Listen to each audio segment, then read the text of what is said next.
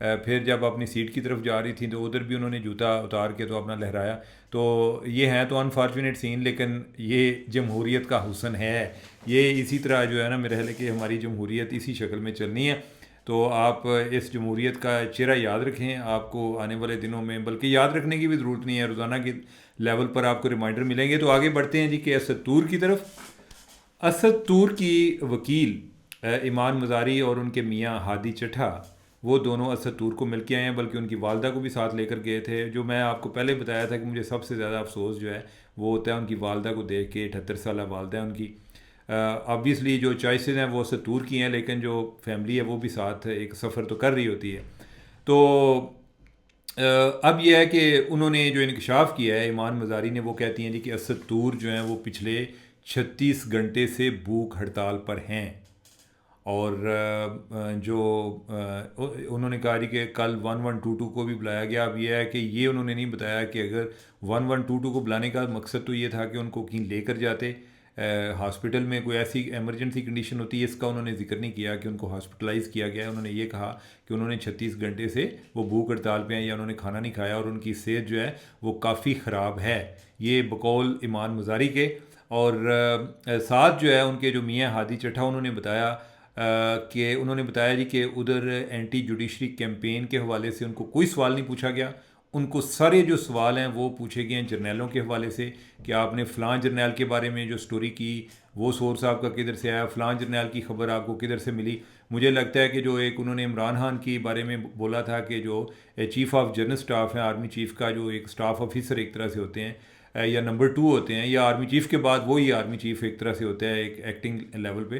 تو انہوں نے کہا تھا کہ وہ جا کر مل کر آئے ہیں. تو انہوں نے پوچھا ہوگا کہ آپ کو یہ سورس کیا ہے یا آپ کو کدھر سے یہ خبر ملی.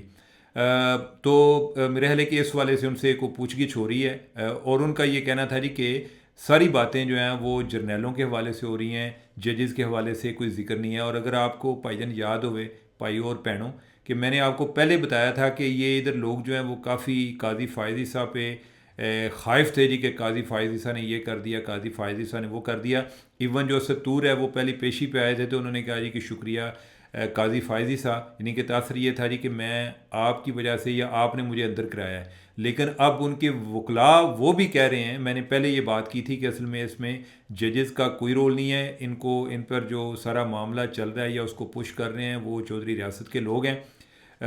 اور ابھی ان کے وکلاء نے بھی اس بات کی تصدیق کی ہے کہ ایسا ہی ہے, یعنی کہ اس میں ججز کا کوئی رول نہیں آ رہا, یا ججز کے خلاف کیمپین کا کوئی ذکر نہیں آ رہا. اس میں جو بوائز ہیں, جن کو ہم بوائز کہتے ہیں, ان کا ذکر آ رہا ہے جی کہ وہ فلاں جو جرنل ہے اس کے بارے میں آپ نے جو سٹوری دی وہ کس طرح ٹھیک تھی یا غلط تھی, جو بھی ہے, یعنی کہ اس والے سے ان سے پوچھ گچھ ہو رہی ہے. تو اسد طور کے حوالے سے یہ اپڈیٹ ہے. تو آگے ہم بڑھیں. آگے ایک انتہائی افسوسناک واقعہ کہ ایک ہمارے سیکٹری داخلہ تھے عبداللہ سنبل, وہ سیکٹری داخلہ بننے سے پہلے وہ چیف سیکٹری پنجاب بھی رہے. جب ان کی ڈیتھ ہوئی وہ اس ٹائم سیکٹری داخلہ تھے, اور یہ بات ہے ستمبر 2023 کی بات ہے. اور جب اس کی بعد ان کی جو وائف ہیں, پہلے وہ اپنے سرکاری گھر میں نہیں رہ رہے تھے. بیسیکلی ان کو ایک سرکاری گھر کی الاٹمنٹ ہوئی تھی GOR1 لاہور میں.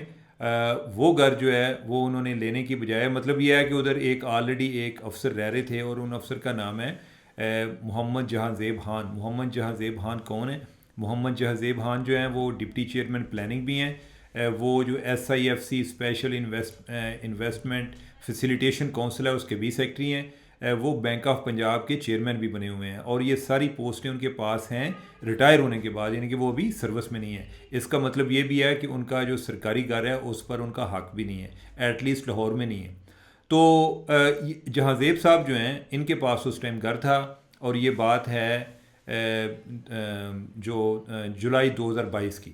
تو یہ گھر ان کے پاس تھا, تو انہوں نے کہا کہ آپ اس کو کنٹینیو کریں ایک انفارملی, جیسے کہ بھائی جان تسی رہو, تسی لنگ جو ساڑی خیر ہے, یعنی کہ مطلب یہ ہے کہ آپ اس میں رہیں, میں ابھی جو ہے اپنے پیرنٹس کے ساتھ رہ رہا ہوں, ادھر ہی میں ٹھیک ہوں, تو آپ جب تک اس کو استعمال کرنا چاہتے ہیں آپ کریں. اس کے بعد جو ہیں وہ چیف سیکٹری بھی اس کے بعد بنے عبداللہ سنبل جو ہیں, اور اس کے بعد سیکٹری انٹیریئر بنے. اور جس طرح میں نے آپ کو بتایا کہ ان کو ان کی اب ڈیتھ بھی ہو گئی ہے, کوئی اب 6 ماہ ہو گئے ہیں ان کو اس دنیا سے گئے ہوئے. ان کی بیگم جو ہیں وہ اس گھر میں شفٹ ہونا چاہ رہی ہیں, اور جو جہاں زیب صاحب ہیں وہ گھر کو فارغ نہیں کر رہے. اور اس کے حوالے سے اب جو گھر ہے چیف سیکرٹری نے ان کے نام پر الاٹ کر دیا ہوا ہے، یعنی کہ وڈو کے نام پر الاٹ کیا ہوا ہے. طریقہ یہ ہوتا ہے کہ اگر کوئی سرکاری افسر کی ڈیتھ ہو جاتی ہے تو جو اس کی انٹائٹلمنٹ ہوتی ہے، جس گھر کا وہ ایک اپنے رینک کے لحاظ سے اہل ہوتا ہے، وہ گھر پھر اس کی بیوہ کو دے دیا جاتا ہے. کب تک دے دیا جاتا ہے؟ جب تک مرحوم کی ریٹائرمنٹ ایج کمپلیٹ نہیں ہو جاتی. مثلا یہ ہے کہ جو عبداللہ سنبل ہے، انہوں نے میرے خیال ہے کہ 2030 میں جا کے ریٹائر ہونا تھا، تو اب یہ گھر جو ہے جو ان کو الاٹ ہوا ہے ان کی وڈو کو، بیوہ کو، وہ 2030 تک کے لیے ہے، لیکن وہ گھر ان کے پاس نہیں ہے.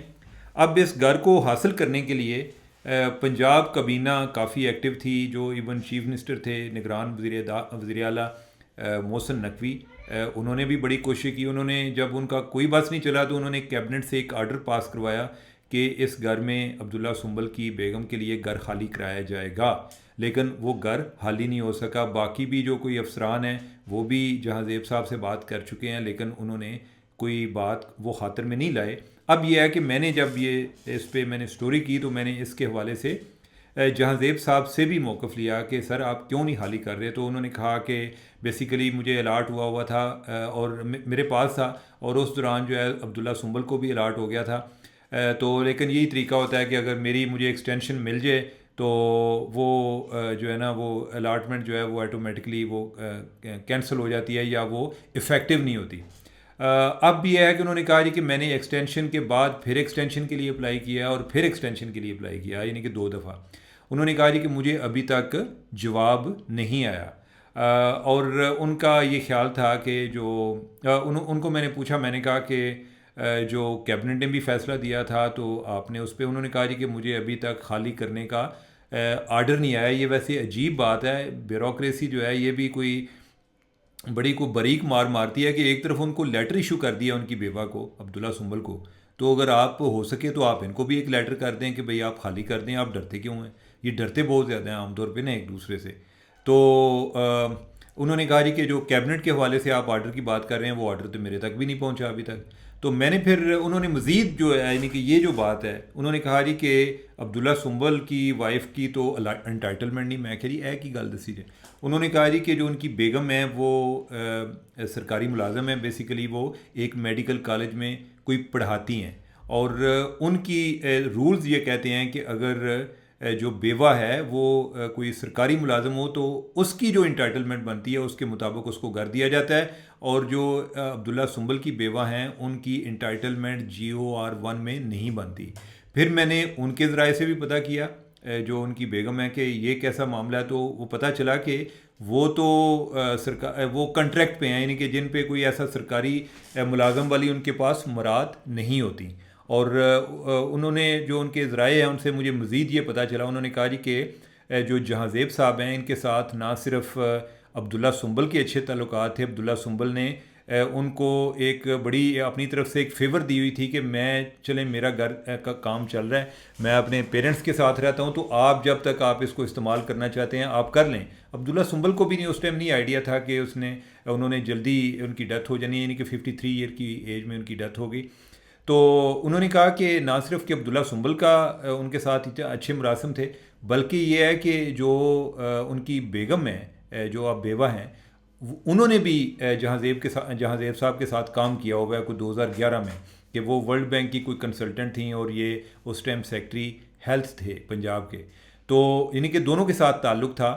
اور بتانے والے کے بقول کہ ایون یہ عبداللہ سنبل کی جب ڈیتھ ہوئی ہے تو تعزیت کے لیے بھی نہیں گئے. اور مزید انہوں نے یہ بتایا کہ جو ان کی بیگم ہیں انہوں نے 1-2 دفعہ ان سے فون پر رابطے کی بھی کوشش کی، ان کو کوئی میسج بھی بھیجے کہ بھائی جان اگر آپ کو یہ گھر اتنا عزیز ہے، آپ چاہتے ہیں کہ اس کو رکھ دیں، مجھے آپ ڈائریکٹ بتا دیں، کیونکہ بہت سارے لوگ میرے لیے یہ گھر ایکوائر کرنے کی کوشش کر رہے ہیں. اگر آپ چاہتے ہیں اس کو کنٹینیو کرنا تو کم از کم مجھے ہی بتا دیں، میں اپنی جو کوششیں ہیں وہ ترک کر دوں، جو باقی لوگ کوششیں کر رہے ہیں وہ ترک کر دیں. لیکن انہوں نے کہا کہ جہاں زیب صاحب نے مجھے کوئی جواب نہیں دیا. تو ناظرین یہ تھی گفتگو. آئندہ کے ولاگ تک مجھے دیں اجازت. اللہ حافظ.